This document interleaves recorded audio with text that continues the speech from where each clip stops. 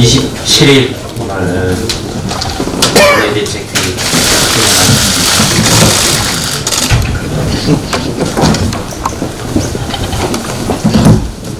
어제는 홍남기 방탄국회로 본회의를 열지 않았지만 오늘은 누더기 괴물선거법안 처리하겠다면서 본회의를 열겠다고 합니다. 정체불명의 4+1 자신들끼리 밥그릇 나눠먹기에만 골몰하다가 돌고 돌아서 253 플러스 47로 되돌아왔습니다. 이게 무슨 계획입니까? 지난 4월 선거법을 패스트트랙에 태우면서 내걸었던 명분은 정치개혁, 선거개혁, 사표방지 등이었습니다. 그렇지만 결국 대국민 사기극으로 끝나가고 있습니다. 의석 밥그릇 싸움이라는 추악한 뒷거래의 결과입니다. 그래서 이제 선거법은 한 번 쓰고 버리는 일회용, 유권자인 국민들은 도무지 이해할 수 없는 깜깜이, 그리고 누더기 걸레가 되어버렸습니다. 이제 앞으로는 선거구 특정이라는 더 추악한 뒷거래가 일어날 것입니다.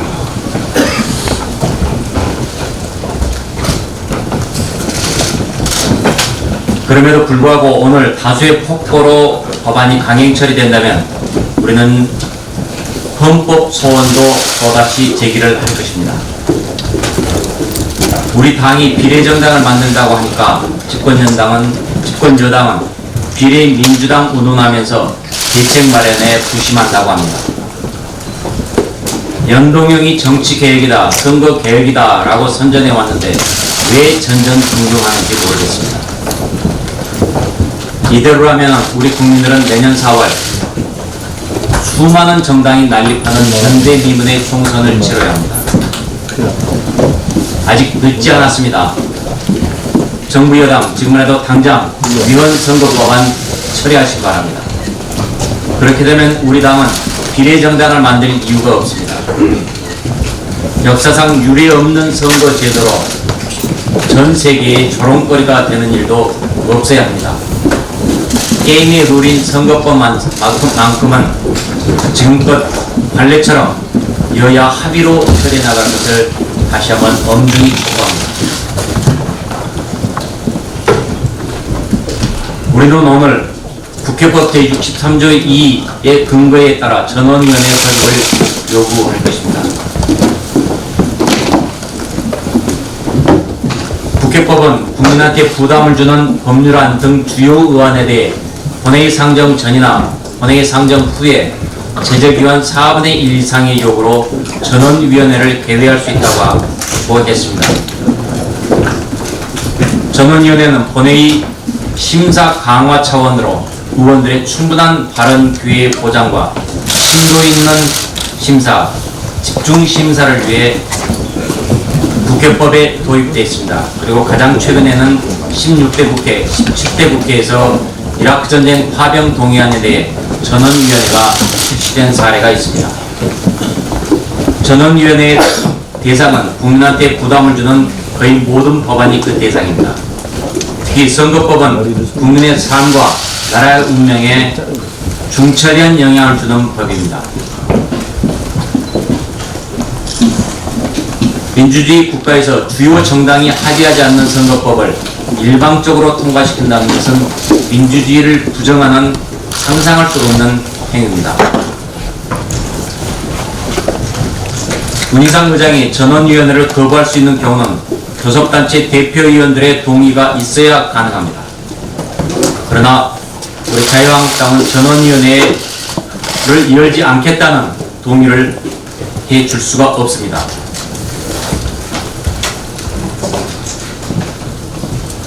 쪼개기 임시국회가 어제 하루 잠시 멈춘 것은 예산농단 주역인 홍남기 방탄국회 때문이었습니다. 어제 저녁 8시로 탄핵소추안의 본회의 처리 시한은 마감됐습니다. 하지만 오늘 우리는 홍남기 기재부 장관, 부총리의 탄핵소추안 다시 제출하겠습니다. 민주당이 코미디 같은 쪼개기 임시국회를 거듭할수록 탄핵소추안은 다시 살아나 예산농단의 죗값을 끝까지 물을 것입니다. 또 어제 우리는 문희상 국회의장의 국회운영농단에 대해서 헌법재판소에 권한쟁의 심판 청구를 접수시켰습니다. 문희상 의장은 회기 결정의권에 대해서 무제한 토론 요구를 거부하고 마음대로 의사일정을 상정했습니다. 4+1 불법 협의체가 만든 수정선거법은 패스트트랙의 원안에서 수정의 범위를 벗어났습니다. 그런 별개의 법안인데도 동일하다고 처리한 잘못이 있습니다. 이미 문희상 의장에 대해서는 지난 4월에 불법 사보임에 대한 권한쟁의 심판이 제기됐습니다. 그리고 지난 25일 효력정지 가처분 신청을 낸 바가 있습니다. 헌법재판소는 조속한 시일 내에 심리를 마쳐 대한민국의 삼권 분립이 올바르게 되도록 해주시기를 요청드립니다. 공무원의 정치적 중립 의무를 망각하고 국회 입법권을 침해한 예산농단의 주역 홍남기 장관, 정권의 행동대장이 되어 입법부를 여당의 하부기관으로 만든 국회 농단의 주역 문희상 의장, 국민은 기억하고 역사가 심판할 것입니다. 우리 자유한국당은 모든 법적 수단을 동원해서 그 책임을 끝까지 물을 것입니다. 법원이 조국 전 민정수석의 구속영장을 기각했습니다. 범죄 혐의는 소명되지만 증거인멸의 염려가 없다라는 이유였습니다. 그러나 법원은 죄질이 좋지 않다고 했습니다. 조국이 민정수석으로서 마땅히 진행해야 할 감찰을 외부 전화를 받고 중단한 것은 직권 남용에 해당한다고 법원은 판단한 것입니다. 검찰은 영장실질심사에서 민정수석 조국이 유재수 비위 사실을 4차례나 보고받고서도 덮었다고 말한 것으로 알려졌습니다. 김태우 전 특감반원이 유재수 문제 등에 대해 폭로한 것이 2018년 말입니다. 그 직후 조국의 민정수석실이 유재수 등에 대한 감찰 자료를 폐기했다고 합니다. 증거를 인멸한 것입니다. 그런 조국에 대해서 법원이 증거인멸 우려가 없다고 한 것은 참 우려스럽습니다.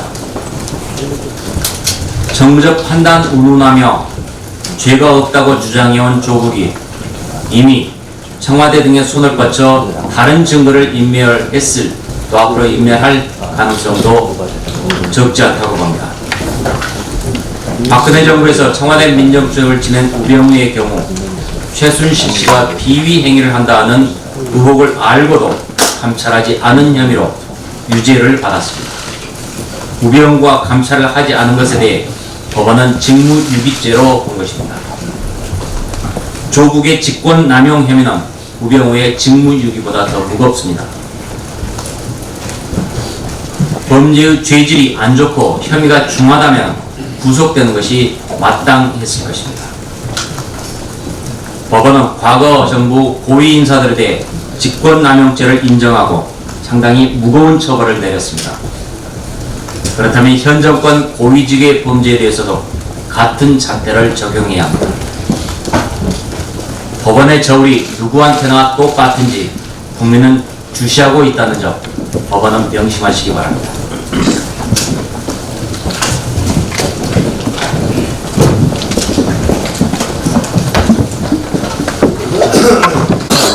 보다 청문회가 30일로 예정되어 있습니다. 그런데 민주당의 거부로 증인 채택이 전혀 이루어지지 않고 있습니다. 우리 자유한국당은 그 후보의 자질 검증을 위한 16명의 증인을 증인 채택을 요청했지만 민주당 송기헌 법사위 간사는 정치 공세를 해서 증인을 한 명도 채택할 수 없다 이렇게 주장하고 있습니다. 이 추미애 후보자의 경우에 의정활동 중에 불거진 정치자금법, 공직선거법 위반 관련 의혹, 석사 논문 표절 의혹 등 개인 자질 검증을 위한 증인과 민주당 대표 시절 진두 지휘했던 6.23 부정선거 관련 증인의 채택을 모두 거부한 것입니다. 추미애 후보는 송철호 울산시장 후보 전략공천장에 당대표의 직인을 찍었다는 겁니다. 문재인과 함께 소통할 수 있는 적임자로 보증하겠다라고 2018년 6월 2일 울산 북구 화봉 사거리 지원 일대에서 말했던 분입니다. 공천의 최종 책임자인 당대표가 5번 민주당을 탈당한 전력이 있으며 당내의 강력한 경쟁 상대를 무시하고 전략공천을 감행한 사유에 대해서 반드시 확인을 해야 될 사안입니다. 이런 분이 법무장관이 되면 자기의 죄가를 덮기 위해서 검찰에 얼마나 많은 거다는 압박을 가하겠습니까? 무법자, 범법자 패밀리 조국 전 장관 임명 강행으로 대한민국의 법치 역사를 능멸한 이 문재인 정권이 호임 인사로 낙점한 추미애 후보자는 법치국가의 건강을 흔드는 선거 공작 연루 당사자입니다. 인사 실패에 반성이 없는 2연속 무자격 법무장관을 추천한 것이 바로 대한민국을 모독하고 국민을 모독하는 것입니다. 더욱이 민주당은 2번에 걸쳐서 법무장관 후보자 청문회에서 증인 채택을 방해하고 증인을 단 한 사람도 없이 청문회를 강행하겠다는 이런 정당입니다.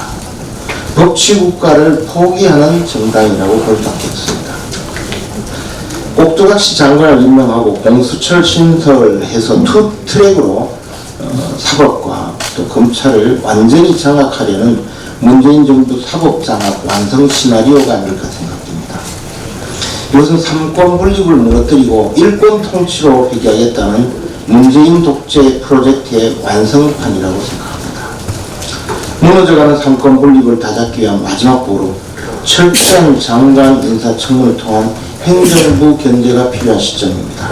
민주당은 입법부의 청문을 외면하는 정권 거수기 역할을 멈추기를 요구합니다.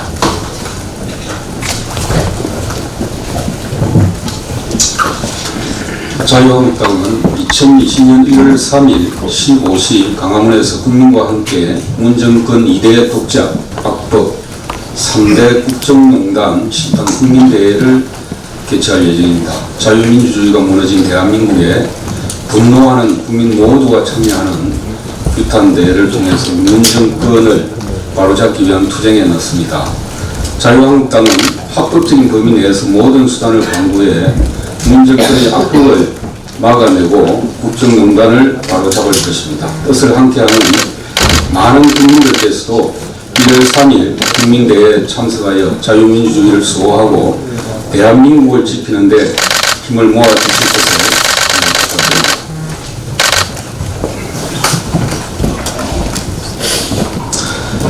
예, 원내 소속입니다.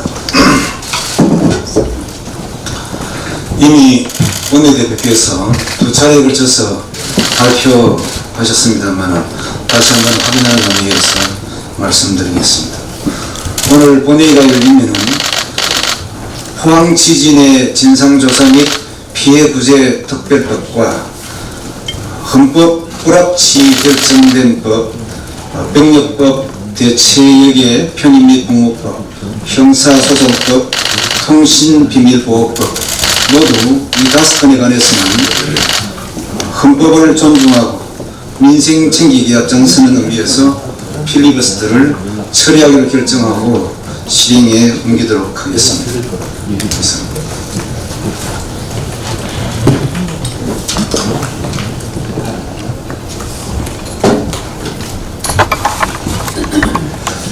예, 문재인 정권 3대 농단 게이트 총괄 본부장 곽상도 의원입니다.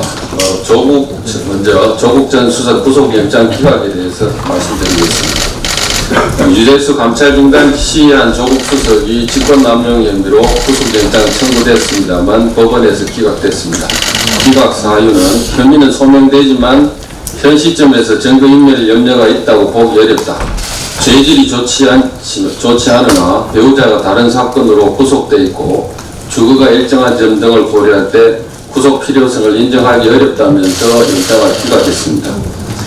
전 정부 인사들 직권남용을 모조리 구속하더니 현 정부 집권 남용은 감사주기 바쁜 법원의 태도를 납득하기 어렵습니다. 김명수 대법원장이 취임할 때 사법부 독립을 온몸으로 맡겠다고 큰소리치더니 사법부와 청와대의 혼연일체를 몸으로 실천하고 있습니다. 또 청와대에 묻습니다. 적폐라고 한 전 정부 인사들이 집권 남용이 되지 않는다는 법리를 지금 그대로 청와대와 조국 수석이 활용하고 있습니다. 이런 청와대와 조국 수석은 스스로 적폐임을 인정하고 있는 것입니까? 청와대는 답변해 주시기 바랍니다. 조국 전 수석은 범행을 부인했습니다. 감찰 중단은 정무적인 판단이고 법적 책임 없다. 감찰 종료 이후 소속기관 이첩했다. 이렇게 부인하고 있습니다. 뿐만 아니라 증거인멸했다는 자료도 이번에 제출됐다고 합니다. 김태호 특감반원의 폭로가 있자 2018년 말에 감찰 자료를 폐기했고 2018년 12월 31일 국회 운영위 회의 전에 유시 비위가 가벼웠다고 관계자들과 말을 맞추었고 2019년 10월달 박형철 반부패 비서관에게 3인 회의에서 감찰 중단 결정을 하지 않았느냐고 회의까지 했다고 하고 있습니다. 범행을 부인하고 있고 과거 증거인멸한 전력이 있어 또다시 증거인멸에 나설 가능성이 많을 뿐 아니라 최고 권력자인 대통령의 비호를 받고 있고 대통령 또는 최측근 인사들의 관여 여부까지 조사가 진행되어야 하므로 권력기관들까지 증거인멸에 개입할 가능성이 많은데도 반대로 판단한 법원의 영장기각은 이해할 수 없는 권력성 봐주기 야합일 뿐입니다. 유재수 감찰 중단은 권력 서열 2, 3, 4위라는 윤건영 비서관, 김경수 지사, 청경덕 등이 백원우 비서관을 통해 청탁했고 이 청탁이 영향을 미쳤다고 합니다. 권력 서열 1위인 대통령의 뜻이 이들을 통해 전달된 것이 아닌지 또 조국 전 수석에게 직접 지시한 것이 아닌지도 규명이 되어야 할 것입니다. 둘째 말씀드리겠습니다. 문재인 청와대 이제 범죄 집단임이 확인되어 나가고 있습니다.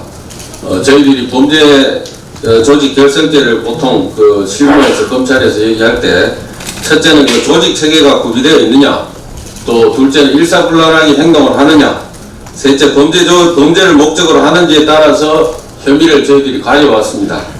문재인 청와대는 지금 법으로 뒷받침되는 조직 체계를 갖고 있습니다. 비서실 직제 등 범죄 조직 법으로 뒷받침되는 조직 체계가 있고 매일 현안 점검 회의를 갖고 일사불란하게 업무를 수행해 왔다고 하고 있습니다.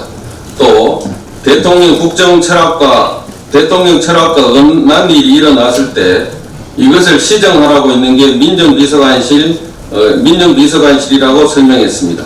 그래서 백원우 민정비서관이 온갖 현안에 직간접적으로 불법 여부를 관여하고 불법 여부를 불문하고 관여했고 관련 부처들이 협조하는 관계를 이루어왔습니다. 범죄단체가 되지 않겠습니까? 실제로 청와대 비서실의 문제를 한번 보면 이렇습니다. 비서실장 임종석 송철호 출마 권유로 곧 조사받아야 될 그럴 입장입니다. 정무수석 전병헌 1심에서 실형받았습니다. 한병도 정무수석, 부임 정무수석, 임동호에게 오사카 총영사 제의 관련 건으로 조사받아야 합니다. 공직선거법 위반입니다. 정무비서관 송인배 정치자금법으로 벌금형 받은 걸로 알고 있습니다. 민정수석 조국 개인 내부 비리 외에도 유재수 감찰 중단으로 어제 구속영장이 청구됐습니다. 또 김기현 시장 하명수사 불법 사찰로 조사받아야 됩니다. 그 아래 있는 백원우 비서관, 김기현 시장 하명수사 불법 사찰, 유재수 감찰 중단을 청탁한 건 이런 건으로 조사를 받아야 되고 박형철 반부패 비서관도 마찬가지로 조사받아야 될 대상입니다. 인사수석실 신미숙 비서관 환경부 블랙리스트로 지금 재판받고 있습니다. 원안이 원자력 관련되는 부분 역시 범죄 혐의에 대한 저희 고발이 되어 있기 때문에 이 부분까지 고려를 하면은 청와대 비서실이 아니라 범죄 집단이라고 얘기하더라도 무방할 정도입니다. 이 대통령 비서실이라는 데가 대한민국 최고 권력기관이고 대한민국에서 최고 깨끗하고 최고 청렴해야 될 그 기관입니다. 이런 기관이 각종 범죄를 실천하고 실행하는 주무기관으로 지금 전락했습니다. 이런 청와대 보셨습니까? 세 번째, 임동호 민주당 최고위원 관련해서 말씀드리겠습니다. 임동호 민주당 최고위원에 대해서는 송철호 김기현 시장 관련 건에 대해서 제의받은 부분이 명확치 않아서 지난번 저희들이 고발해서 누락시켰습니다만 이번에 이제 자료들이 나온 것을 보면은 그 불출마하는 대가로 동생 임모 씨와 측근 이모 씨의 자리를 이번에 배치를 받았다고 하는 사실이 새롭게 드러났습니다. 임동호에 대해서도 저희들이 공직선거법 위반으로 추가 고발할 예정입니다.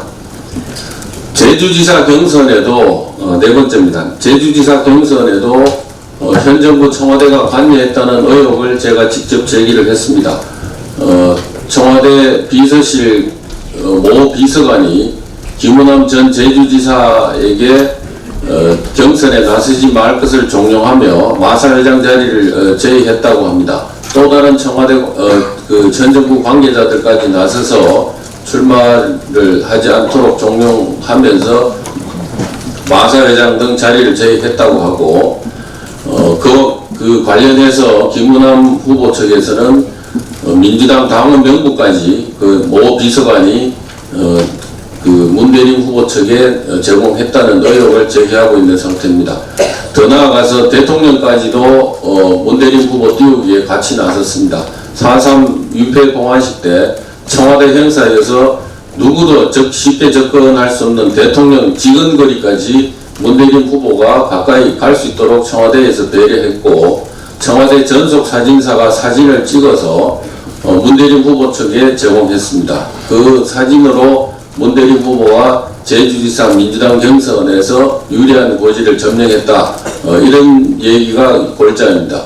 이 부분에 관해서도 청와대에서는 엉뚱한 민주당 관계자들을 내세워 아무것도 모르는 민주당 관계자들을 내세워 인신 공격을 할 것이 아니고 사실관계에 대해서 답변해 주시기 바랍니다.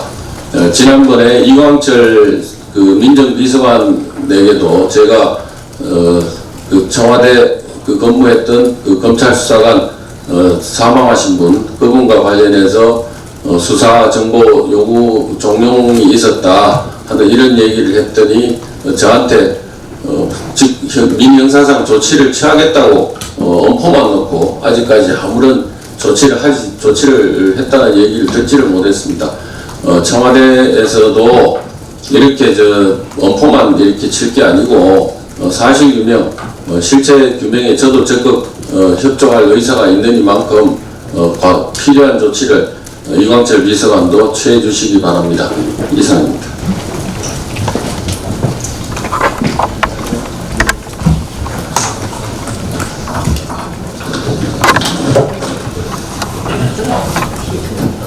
예, 국방부 보통군사법원이 2019년 12월 24일에 견문건 관련해서 위장 TF명을 사용하고 특검 매식비를 신청하고 은폐 목적으로 경군토 문건을 훈련 비밀로 생산했다는 허위 공문서 작성 및 동영사, 공전 자기 기록 등의 작성 등의 혐의로 기소된 기무사 소속 3명에 대해서 무죄를 선고했습니다. 청와대 하명 수사의 민낯을 그대로 보여준 사건이라 이렇게 판결 내용이라고 볼 수 있습니다. 기무사 문건 관련해서 수사는 전형적인 하명 수사로 볼 수 있습니다. 2018년 4월 30일에 국방부 장관이 기무사 계획회의에서 윤정석 비서실장과 조국 민정수석에게 문건 존재를 구두로 보고했고 이 구두 보고된 문건이 2018년 7월 6일에 시민단체를 통해서 공개가 되고 7월 10일에 인도 출장 중이던 문재인 대통령이 기무사 관련 독립수사단 구성을 지시를 합니다. 7월 16일에 중국에서 문재인 대통령이 관련 문서를 청와대에 모두 제출하고 직접 열람하겠다고 했습니다. 하명 수사의 전령으로 볼 수 있죠. 이 수사단이 100일간에 걸쳐서 무려 90곳을 압수수색했습니다. 군 임무가 수행 중인 군 부대를 포함해서 90곳 압수수색해서 200명을 조사를 했습니다. 그래서 결국은 3명을 허위 공문서 작성으로 기소를 했습니다. 그런데 국방부 보통군사법원은 12월 24일 판결 노지를 통해서 봤을 때 문건을 은폐할 의도가 전혀 없었다. 위장 간판용이다. 보안 목적의 위장 TF 사용한 것은 관행상으로 사용했던 거다. 더 중요한 것은 등록된 문건이 향후 훈련 사용 의도로 분류했다는 겁니다. 이건 굉장히 중요한 판결 내용인데, 물론 1심이기 때문에 상급심의 판결을 봐야 되지만, 이 하명수사의, 우리한 하명수사의 민낯을 그대로 보여준 1심 판결 내용이라고 볼 수 있습니다. 이 1심 판결 내용만으로도 청와대와 정부는 국민에게 사과하는 마음, 석고대자는 마음을 가져야 된다고 생각을 합니다. 아울러 이 사건과 진행되는 과정에서 이웃군사 기밀을 유출한 것에 대해서 우리 당이 고발한 사안이 있습니다. 엄정한 수사를 요구합니다. 정말 이 사건 수사를 진행하면서 별건 수사가 또 진행되었어요. 이 별건 수사가 진행되는 과정에서 군의 존경을 받던 이재수 전 기무사령관이 오진 길을 선택했습니다. 명복을 빕니다.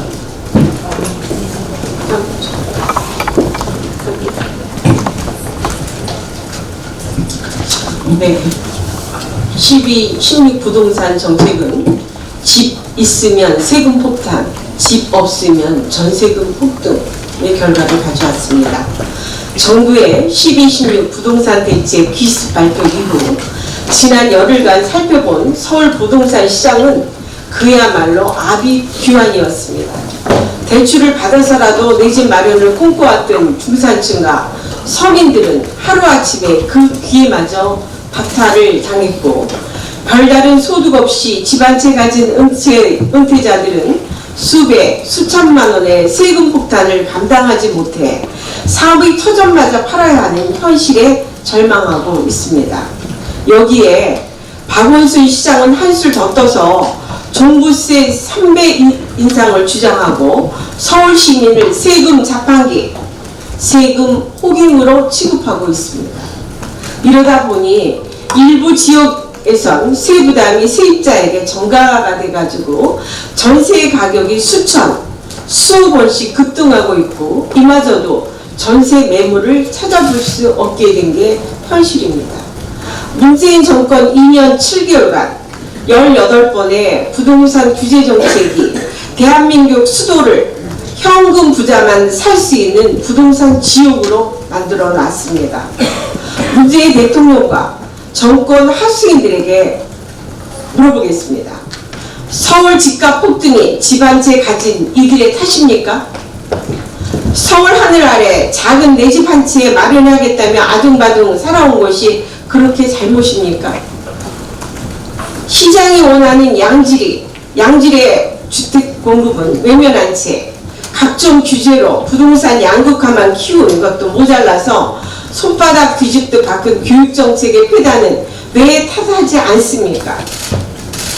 집값은 정부가 올려놓고 왜 책임은 국민이 져야 하는 겁니까? 내년 서울 아파트 가격이 더욱 상승할 것이라는 전망이 제기되고 있습니다. 앞으로 신규 공급은 줄고 거래는 더 어렵고 주택 보유자의 세금 부담은 계속 늘어나지만 집값은 떨어지지 않는 악순환이 계속될 것이고, 서민들의 내 집 마련은 더욱 요원해질 것이 불을 보듯 뻔합니다.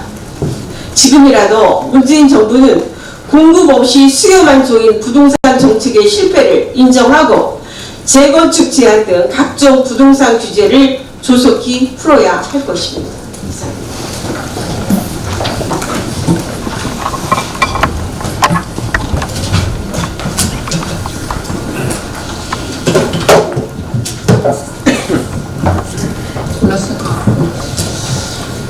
네, 보건복지 상임위 간사 김승입니다. 지금 이제 8시, 오전 8시부터 국민연기금의 최고 의결 기구인 국민연금 기금운영위원회가 개최되고 있습니다. 문제의 핵심은 그 기금운영위원회에서 지금 작년 7월 달에 도입된 스튜디오십 코드와 관련해서 가이드라인을 지금 채택하기 위한 회의입니다. 그런데 이 가이드라인과 관련해서는 지난주 22일 일요일 날 6개 경제단체가 이례적으로 국민연금 적극적 주주활동 가이드라인 전면 재검토를 촉구하는 공동성명서를 발표한 바가 있습니다.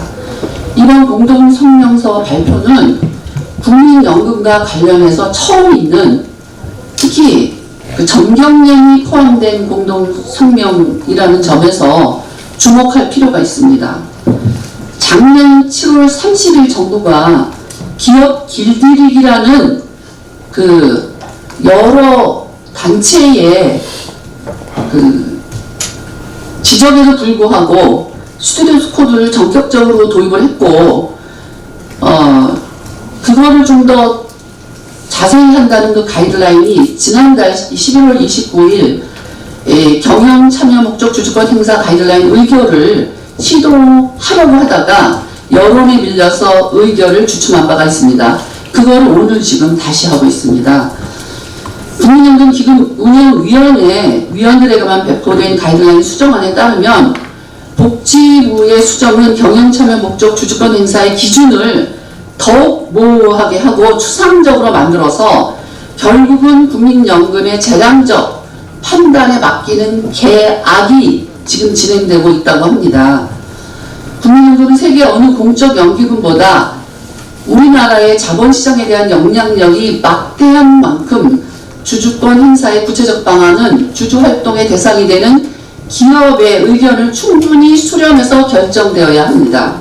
그럼에도 불구하고 문재인 정부는 밀실 가이드라인 개정으로 기업 길들이기에 더욱 고삐를 쥐고 있습니다.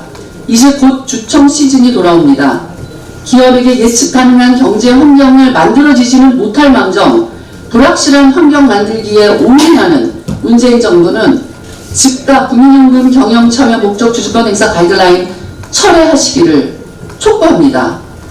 기업과 국민의 우려를 무시한 일반적인 경영 참여 목적 주주권 행사 가이드라인 채택으로 인한 연금 사회주의와 기업 혼란으로 인한 모든 책임은 문재인 정부에 있음을 분명히 경고하는 바입니다.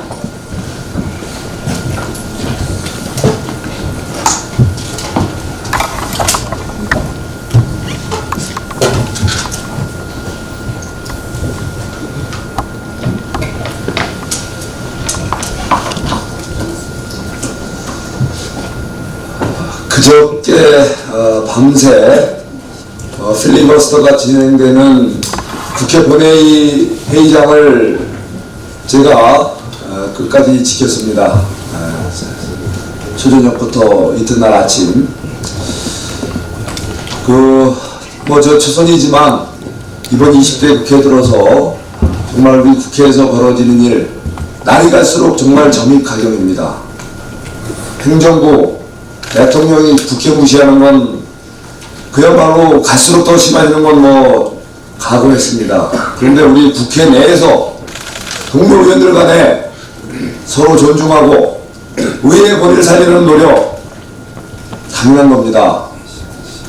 누구에게나 또 그런 기대를 했었고 당연히 이렇게 행동했을 거라고 봤는데 우리 국회의 수장이라고 하는 국회의장님의 국회 운영 방식은 기가 막힐 정도입니다. 네. 지난 패스트트랙 추진 과정에서 모든 걸 넘겼지 않습니까? 패스트트랙 태울 수 없는 것을 태웠고 패스트트랙 진행 과정에 모든 것을 입법 행위를 하면서 지금까지 이렇게 치하게 대한민국 국회 아수라장으로 만들어놨습니다. 이번에 회기까지도 그 안건에 대해서 우리 당에서는 필리버스터 하겠다고 하는데 그것도 일방적으로 의장이 안 된다고 못하고 막아놨습니다.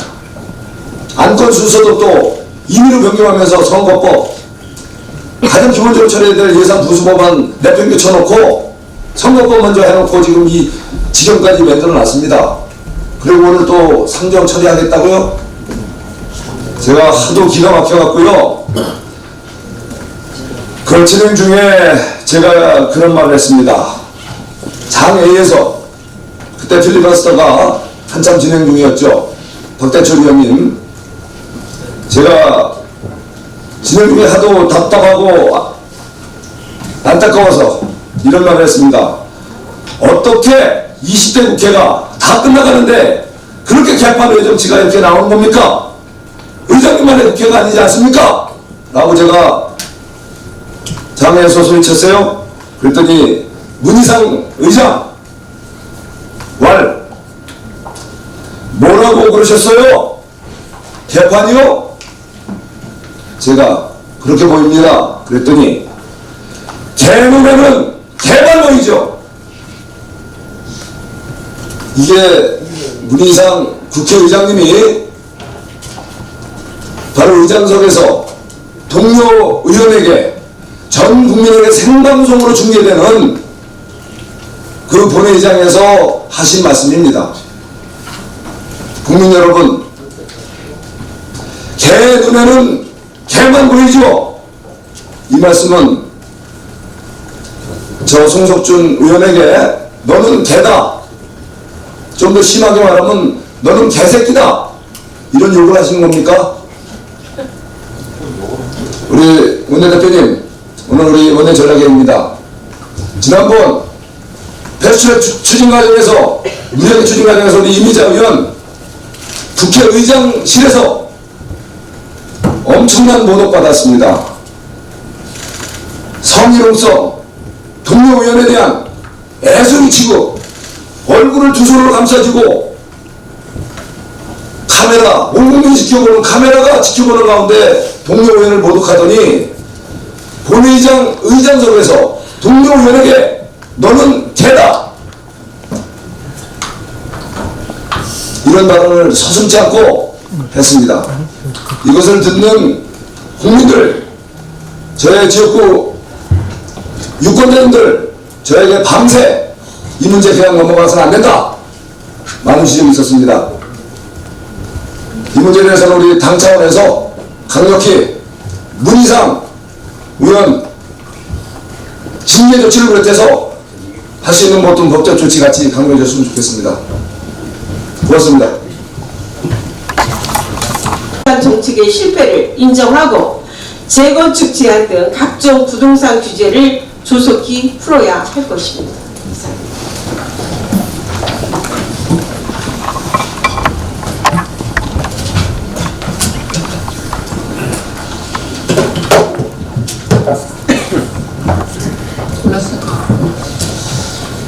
네, 보건복지 상임위 간사 김승입니다.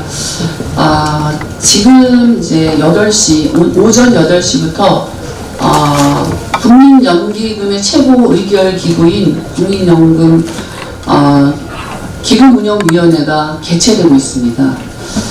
문제의 이 핵심은 그 기금운영위원회에서 지금 작년 7월 달에 도입된 스튜디오십 코드와 관련해서 가이드라인을 지금 채택하기 위한 회의입니다. 그런데 이 가이드라인과 관련해서는 지난주 22일 일요일 날 6개 경제단체가 이례적으로 국민연금 적극적 주주활동 가이드라인 전면 재검토를 촉구하는 공동성명서를 발표한 바가 있습니다. 이번 공동성명서 발표는 국민연금과 관련해서 처음 있는, 특히 그 정경련이 포함된 공동성명이라는 점에서 주목할 필요가 있습니다. 작년 7월 30일 정부가 기업 길들이기라는 그 여러 단체의 그 지적에도 불구하고 스튜디오 코드를 전격적으로 도입을 했고, 그거를 좀 더 자세히 한다는 그 가이드라인이 지난달 11월 29일 경영 참여 목적 주주권 행사 가이드라인 의결을 시도하려고 하다가 여론에 밀려서 의결을 주춤한 바가 있습니다. 그걸 오늘 지금 다시 하고 있습니다. 국민연금기금운영위원회 위원들에게만 배포된 가이드라인 수정안에 따르면 복지부의 수정은 경영참여 목적 주주권 행사의 기준을 더욱 모호하게 하고 추상적으로 만들어서 결국은 국민연금의 재량적 판단에 맡기는 개악이 지금 진행되고 있다고 합니다. 국민연금은 세계 어느 공적 연기금보다 우리나라의 자본시장에 대한 영향력이 막대한 만큼 주주권 행사의 구체적 방안은 주주활동의 대상이 되는 기업의 의견을 충분히 수렴해서 결정되어야 합니다. 그럼에도 불구하고 문재인 정부는 밀실 가이드라인 개정으로 기업 길들이기에 더욱 고삐를 쬐고 있습니다. 이제 곧 주청 시즌이 돌아옵니다. 기업에게 예측 가능한 경제 환경을 만들어지지는 못할 망정 불확실한 환경 만들기에 올인하는 문재인 정부는 즉각 국민연금 경영 참여 목적 주주권 행사 가이드라인 철회하시기를 촉구합니다. 기업과 국민의 우려를 무시한 일반적인 경영 참여 목적 주주권 행사 가이드라인 채택으로 인한 연금 사회주의와 기업 혼란으로 인한 모든 책임은 문재인 정부에 있음을 분명히 경고하는 바입니다.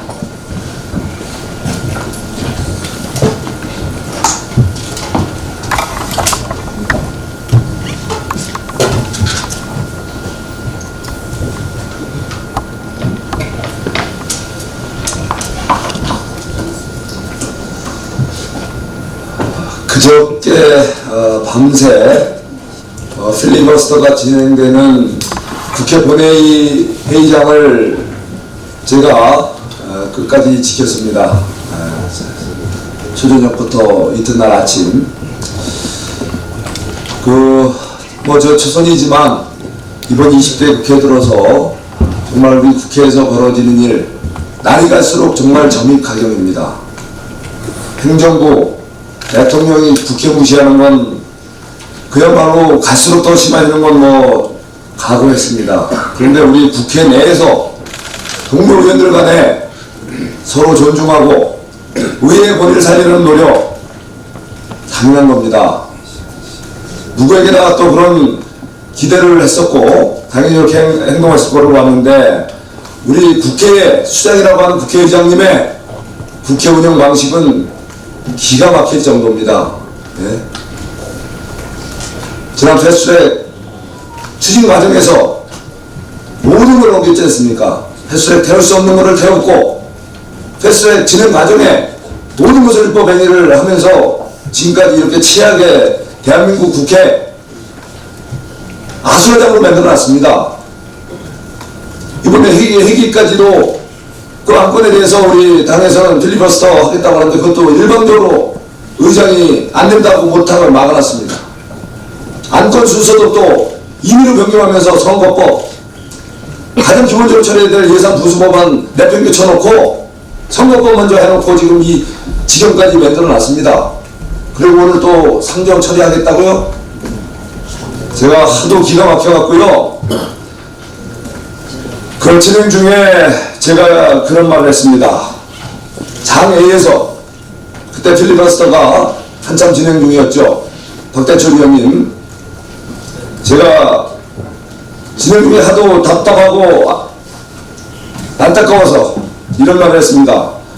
어떻게 20대 국회가 다 끝나가는데 그렇게 개판 의정치가 이렇게 나오는 겁니까? 의장님만의 국회가 아니지 않습니까? 라고 제가 장애에서 소리쳤어요. 그랬더니 문희상 의장 뭐라고 그러셨어요? 개판이요? 제가 그렇게 보입니다. 그랬더니 제 눈에는 개판 보이죠. 이게 문희상 국회의장님이 바로 의장석에서 동료 의원에게 전 국민에게 생방송으로 중계되는 그 본회의장에서 하신 말씀입니다. 국민 여러분, 개 눈에는 개만 보이죠? 이 말씀은 저 송석준 의원에게 너는 개다, 좀 더 심하게 말하면 너는 개새끼다 이런 욕을 하시는 겁니까? 우리 원내대표님, 오늘 우리 원내 전략회의입니다. 지난번 패스트트랙 추진 과정에서 무리하게 추진 과정에서 우리 이미자 의원 국회의장실에서 엄청난 모독받았습니다. 성희롱성, 동료 의원에 대한 애소리 치고 얼굴을 두 손으로 감싸주고 카메라, 온 국민이 지켜보는 카메라가 지켜보는 가운데 동료 의원을 모독하더니 본회의장 의장석에서 동료 의원에게 너는 개다 이런 발언을 서슴지 않고 했습니다. 이것을 듣는 국민들, 저의 지역구 유권자님들, 저에게 밤새 이 문제 그냥 넘어가서는 안 된다 많은 지적이 있었습니다. 이 문제에 대해서는 우리 당 차원에서 강력히 문희상 의원 징계 조치를 비롯해서 할 수 있는 모든 법적 조치 같이 강구해 줬으면 좋겠습니다. 고맙습니다. 원전 폭주가 기어이 월성 1호기 연구 정지를 가결했습니다. 매몰 비용만 7,500억 원에 달하고 해체 기술은 개발되지도 않았습니다. 재가동을 위해 들어간 7천억 원을 합치면 1조 4,500억 원이 허공에 날아가는 셈입니다. 지난 9월 국회가 감사 의뢰를 했고 아직 결론이 나오지도 않았는데 무슨 이유로 원전 중지를 강행했는지 이해가 되지 않습니다. 지난 7개월간 논의 한번 하지 않다가 급작스레 강행했습니다. 이것은 원활히 직무유기를 넘어선 행위이고 역사와 후손의 죄를 짓는 행위입니다. 영화 한 편 보고 원전의 위험성만 부각시키고 미래 에너지 계획은 안중에도 없습니다. 지금 이것이 이 정부의 작태입니다. 정작 제할 일은 하지 않습니다. 지금은 고준희 방패장이 포화 상태라 건축을 서둘러야 하는데 이런 부분은 나몰라라 하고 있습니다. 과거 정부에서 간신히 고가를 채워넣었더니 그것을 털어먹고 미래 세대에 대한 부담을 지우면서 돈을 끌어다 대 쓰고 있는 셈입니다. 무능을 넘어 범죄에 가까운 행위입니다. 참으로 나쁜 정부입니다. 스스로 재앙의 문을 열고 있습니다. 우리 자유한국당은 월성 1호기 연구정지 의결에 대한 효력정지 가처분 신청을 했습니다. 법적 투쟁으로 탈원전 폭주를 막겠습니다. 우리 미래 세대에 짐을 지을 수 없습니다. 국민 여러분들께서 적극 동참해 주시기 바랍니다. 문재인 정부의 뻔뻔함은 여기서 그치지 않습니다. 국영방송 KBS는 올해 약 1,000억대의 적자가 예상되고 있습니다. 그럼에도 불구하고 내년도 임금은 오히려 올리기로 했습니다. 허리띠를 졸라매도 모자란 마당에 노조 출신 경영진은 흥청망청 하고 있습니다. 수신료로 편하게 편파 방송만 하고 있으니 이제 국민 무서운 줄 모르나 봅니다. 이게 좌파를 치기 정도의 민낯입니다. 문재인 정부 집권 3년 이후 대한민국 곳곳이 병들고 무너지고 있습니다. 제발 아무것도 하지 마십시오. 가만히 있는 게 오히려 국민들에게 도움이 됩니다. 우리 국민들께서도 문재인 정부가 어떻게 하고 있는지 똑똑히 기억해 두셨다가 제대로 심판해 주시기 바랍니다. 감사합니다.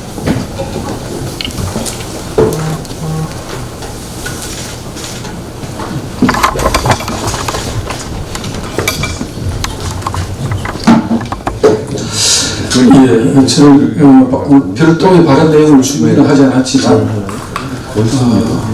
국민연금의 스튜드 코드식을 통한 기업의 경영 참여를 강화하는 가이드라인 설정은 굉장히 중요한 문제라고 판단이 돼서 몇 가지 말씀을 드리고자 합니다.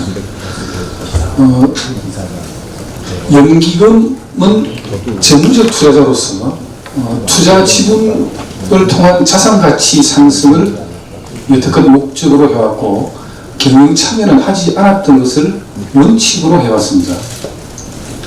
현재 보건복지부가 영국 등 외국 선진국의 사례를 들으면서 스튜어드 코드십을 강화하겠다고 하는 것은 첫째, 두 가지 전제 조건에서 잘못된 것입니다.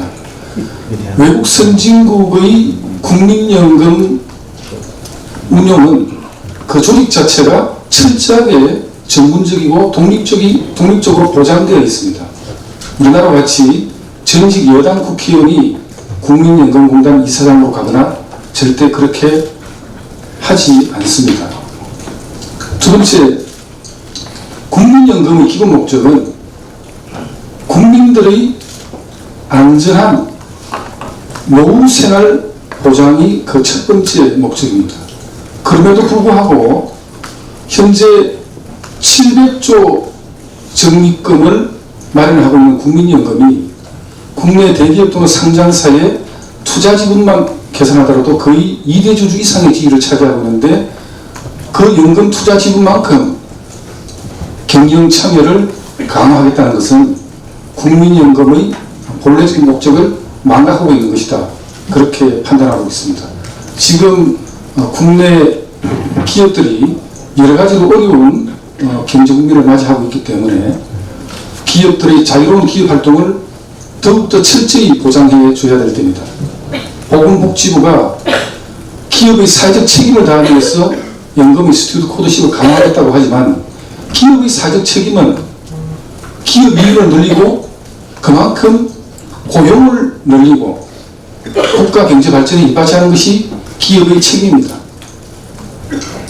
사회적 책임 강화가 연금 사회주의로 치닫는 그런 우려를 범하지 않도록 청와대와 박능우 보건복지부 장관은 명심해야 될 것입니다. 이번 국민연금 스튜어드 코드십 가이드라인 설정이 국내 기업 활동을 굉장히 위축되게 만들 수 있다는 점에서 만약 이 부분에 대한 결정 이후에 청와대와 보건복지부 장관은 철저하게 책임이 뒤따를 것이라는 것을 경고하는 바입니다. 이상입니다. 예, 그러면은